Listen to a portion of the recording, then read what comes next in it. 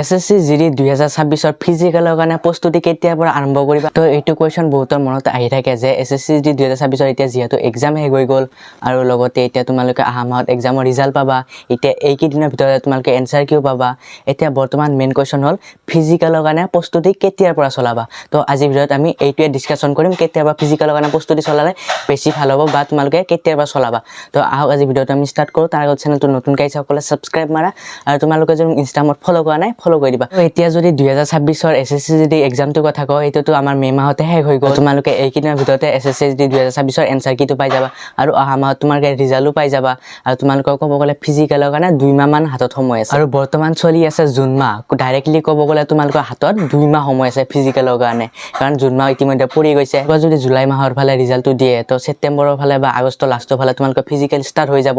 এটা ফিজিকেলটো কেতিয়া directly start হ'ব এটো ডাইৰেক্টলি ক'ব নোৱাৰে অফিচিয়েল নোটিছ নাহালৈকে কিন্তু ধৰি লোৱা মোটামুটি 2 মাহ সময় তোমালোকৰ হাতত আছে আৰু এই 2 মাহটো তোমালোকে বৰ্তমান ফিজিকেলৰ কাৰণে প্ৰস্তুতি চলোৱাটো বহুতে বেছি প্ৰয়োজন আৰু যেহেতু 2 মাহ হাতত সময় আছে তো ইতিমধ্যে তোমালোকে ফিজিকেল আৰম্ভ কৰি দিবই লাগিছিল তোমালোকে এনে মুখ সুধি থাকা ফিজিকেলৰ কাৰণে প্ৰস্তুতি কেতিয়াৰ পৰা চলাম বা তোমালোকে এনে কনফিউজনত আছা যে কেতিয়া মানৰ পৰা ফিজিকেলৰ কাৰণে প্ৰস্তুতি চলাম তো তোমালোকে ইতিমধ্যে ফিজিকেলৰ প্ৰস্তুতি আৰম্ভ কৰি দিবই লাগিছিল তো যদিও তোমালোকে এতিয়ালৈকে ফিজিকেলৰ কাৰণে প্ৰস্তুতি আৰম্ভ কৰা নাই তোমালোকে ফিজিকেলৰ কাৰণে প্ৰস্তুতি আৰম্ভ কৰি দিয়া কাৰণ হাতত মাত্ৰ 2 মাহ সময় আছে এই 2 মাহ চাবা কেনেকৈ চাওতে ওলাই যাব আৰু ক'ব গ'লে এতিয়া বৰষুণ বতৰৰ দিন এতিয়া যদি বৰষুণ দিব ধৰে সপ্তাহ 10 দিনলৈকে বৰষুণ মাৰি থাকিব আৰু এইটো চান্সত যদি ভাল বতৰ থকা চান্সত তোমালোকে ফিজিকেলৰ কাৰণে হাজু নোহোৱা ৰানিং নকৰা তো বৰষুণ বতৰ আৰম্ভ হৈ গ'লে তোমালোকে ভাবিছো সপ্তাহ 10 দিনলৈকে বহিব লাগিব ৰানিং নহব কিবা নহব এনকে তোমালোকৰ 2টা মাহ পাৰ হৈ যাব কাৰণ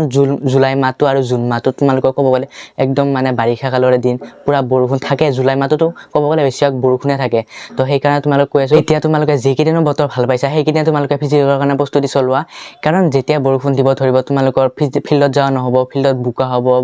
ৰানিং টাইমত বৰষুণ দিব কিবা কিবি প্ৰবলেম হৈ থাকিব এতিয়া এইকেইদিনে বতৰটো ভাল আছে তোমালোকে এতিয়াৰ পৰা সাজু হোৱা কাৰণ 2 মাহটো একদমে হাতত কম সময় কাৰণ 60 ডেজ ক'বলৈ কেনকে ওলাই যাব তোমালোকে পাত্তাই নাপাবা তো সেইকাৰণে কৈ আছো ফিজিকেলৰ কাৰণে এতিয়াৰ পৰা তোমালোকে প্ৰস্তুতি চলোৱা কোনো ধৰণৰ কনফিউজন নাৰাখিবা আৰু এতিয়া মই কৈ দি আছো মিনিমাম কিমান মান স্কোৰ এক্সপেক্ট কৰা সকলে ফিজিকেলৰ কাৰণে প্ৰস্তুতি চলাবা যদি তোমালোকে ভাবা তোমালোকৰ স্কোৰ 55 প্লাছ বা 60 প্লাছ দিব মানে 60 ৰ ওচৰৰ পাজৰে বা 60 প্লাসও থাকিব হে সকলে ফিজিকেলৰ কাৰণে বৰ্তমান প্ৰস্তুতি চলোৱা পিছত ৰিজাল্ট আহিব দিয়া কিমান স্কোৰ আহে হেতু বেলেগ কথা কিন্তু বৰ্তমান চাও তোমালোকে যদি ফিজিকেল প্ৰস্তুতি নচলোৱা এটা তোমালোকৰ এছাম পুলিচৰ ইন্টাৰভিউ আছে নৱেম্বৰ মানত হেতু হ'ব তো তোমালোকে অনলি এটা কাৰণে ফিজিকেল চলোৱাটো বেছি জৰুৰী নহয় তোমালোকৰ এছাম পুলিচৰ আহি আছে কিবা কিবি আৰু কিমান কি ওলাব তো হেতু কাৰণে কৈ আছো বৰ্তমান ফিজিকেলটো এৰি নিদিবা বৰ্তমানৰ পৰা এতিয়াৰ পৰা ফিজিকেলটো প্ৰস্তুতি চলাই লৈ যাই থাকা কাৰণ নৱেম্বৰত এছাম পুলিচৰ হলে তো ক'ব গ'লে এছাম পুলিচৰ ৰানিংটো অলপ হাৰ্ড হয় 4-5 মাহ 6 মাহ সময় লাগি যাব আৰু ৰানিংটো আনিবৰ কাৰণে তো এতিয়াৰ পৰা যদি প্ৰস্তুতি চলোৱা যদি তোমাৰ এছএছচি স্কোৰ যদি কমিও যায় ইয়াতো যদি নহয় এছাম পুলিচতো তোমাৰ ফিজিকেলটো বহুত ষ্ট্ৰং হৈ যাব তেতিয়ালৈকে যদি এতিয়াৰ পৰা তুমি প্ৰস্তুতি চলোৱা সেইকাৰণে কৈছো এতিয়া টাইম লছ নকৰিবা যিসকলে ভাবি আছা মোৰ 60 প্লাস বা 60 ৰ ওচৰে পাছৰে হলেও স্কোৰ থাকিব কাট অফ কিমান যায় হেতু কথা মাথা নামাৰিবা কিন্তু তোমালোকে যিসকলে ভাবা 60 প্লাস স্কোৰ থাকিব সেইসকলে ফিজিকেলৰ কাৰণে প্ৰস্তুতি চলোৱাটো বহুত বেছি জৰুৰী কি ঠিক তোমালোকে এক্সপেক্ট কৰাৰ পৰা বেছি মাৰ্কস আহি যাব পাৰে তোমালোকে অলপ হলত টুকা মাৰি আহিছা তাৰ ফলত অলপমান প্লাস হৈ যাব পাৰে 10-15-20 নম্বৰ তো হেনকে অলপমান স্কোৰ নিশ্চয় ইমপ্ৰুভ হ'ব তোমালোকে ভাবাতকে অলপমান বেছি স্কোৰ আহাৰ বেছি চান্স আছে এই বছৰ আৰু যদি তোমালোকে ফিজিকেলৰ কাৰণে ভাল চুজ ল'ব বিচাৰা 500-600 মানৰ 700 মানৰ ভিতৰত তো তোমালোকৰ কাৰণে মই 3টা মান ভাল মজা চুজ টেক কৰি দিছো তাৰ এটা মই ইউজ কৰি আছো বহুত মজা হয় বহুত কমফৰ্টেবল হয় ধুনিয়া হয় তো তোমালোকে ল'ব বিচাৰিলে ল'ব পাৰা ডেসক্ৰিপচনত চাই মেলি যদি ভাল লাগে আৰু যদি ল'ব ইচ্ছা আছে বা তোমালোকৰ চুজ নাই তো ল'ব পাৰা ধুনিয়া ডিসকাউন্টত পাই যাবা তো এবাৰ চাব পাৰা যদি ভাল লাগে লৈ ল'বা আৰু মই জানো যে কিছুমান কেণ্ডিডেটৰ এক্সামটো ভবাৰ দৰে হোৱা নাই অলপমান বেয়া হৈছে সেইসকলে এটা মন ভাঙি বহি আছে কিন্তু তোমালোকে এটা কথা মনত ৰাখিবা এতিয়া ফিজিকেলৰ কাৰণে যদি প্ৰস্তুতি নচলোৱা তোমাৰ এছএছচি জিডিত নহলে তো পুলিচত হৈ যাব আৰু যদি তুমি এতিয়াৰ পৰা হাজু নোহোৱা তো তোমাৰ সেইফালেও নহব এটাৰ কাৰণে তোমাক সব বৰবাদ কৰি নিদিবা কাৰণ এটাহে তোমাৰ গৈছে এক্সামটো বেয়া হৈছে তাকো এতিয়ালৈকে ৰিজাল্টে অহা নাই এতিয়া যদি মন ভাঙি বহি থাকা কেনেকে হ'ব কোৱাচোন তো সেইকাৰণে তোমালোকে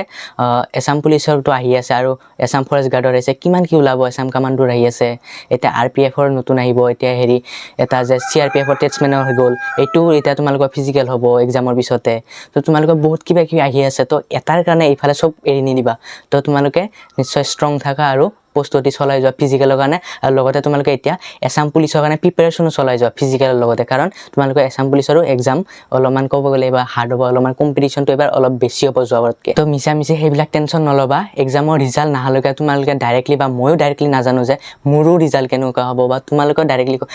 আমি জাষ্ট এক্সপেক্ট ৰাখিব পাৰোঁ ইমানটা কুৱেশ্যন এটেণ্ড কৰিছোঁ ইমানমান হ'ব পাৰে কি ঠিক আমি এক্সপেক্ট কৰাৰ পৰা অলপতো বেছি আহিব পাৰে যিহেতু আমি অলপমান টুক্কা মাৰি থৈ আহিছোঁ বা এনেকুৱা মিলাই চিলাই কৰি থৈ আহিছোঁ তো এক্সপেক্টৰ পৰা অলপমান বেছি আহিব পাৰে সেইকাৰণে যিসকলে ভাবা 60+ স্ক'ৰ থাকিব সেইসকলে ফিজিকেলৰ কাৰণে প্ৰস্তুতি চলাই যোৱা পিছত যি হয় দেখা যাব ৰিজাল্ট অহাৰ পিছত আৰু এনচাৰ কি আহিলেও তোমালোকে অলপমান 70 to 80% কনফাৰ্ম হৈ যাবা যে ইমান মানৰ ভিতৰত তোমালোকৰ স্ক'ৰটো থাকিব তো এতিয়ালৈকে এনচাৰ কি অহা নাই তোমালোকে এতিয়া যদি বহি থাকা কেনেকৈ হ'ব কোৱাচোন তো সেইকাৰণে এতিয়া আছাম পুলিচৰ ফিজিকেল আহিছে কিবা কিবি বহুত আহি আছে তো সেইকাৰণে এতিয়া বৰ্তমান ফিজিকেল প্ৰস্তুতি চলোৱা আৰু লগতে আছাম পুলিচৰ কাৰণে তোমালোকে যদি পাৰা 2-3 ঘণ্টা 4 ঘণ্টাকৈ এতিয়াৰ পৰা প্ৰিপেৰেশ্যন চলাই যোৱা তেতিয়াহ'লে সেইটো সময়ত যায় তোমালোকৰ ধুনীয়াকৈ চিলেবাছ কভাৰ হ'ব ধুনীয়াকৈ এক্সামটো দিব এক্সামটো ভাল হ'ব তোমালোকৰ তো বাকী আজি ভিডিঅ'টো ইমানে আছিলে চেনেলটো নতুনকৈ আহিলে অকলে ছাবস্ক্ৰাইব মাৰিবা তো বাই বাই গাইজ বেলেগ ভিডিঅ'ত লগ পাইছোঁ এণ্ড তোমালোকে যদি ইনষ্টাগ্ৰামত ফ'ল' কৰা নাই ফ'ল' কৰি দিবা তো বাই বাই জয় হিন্দ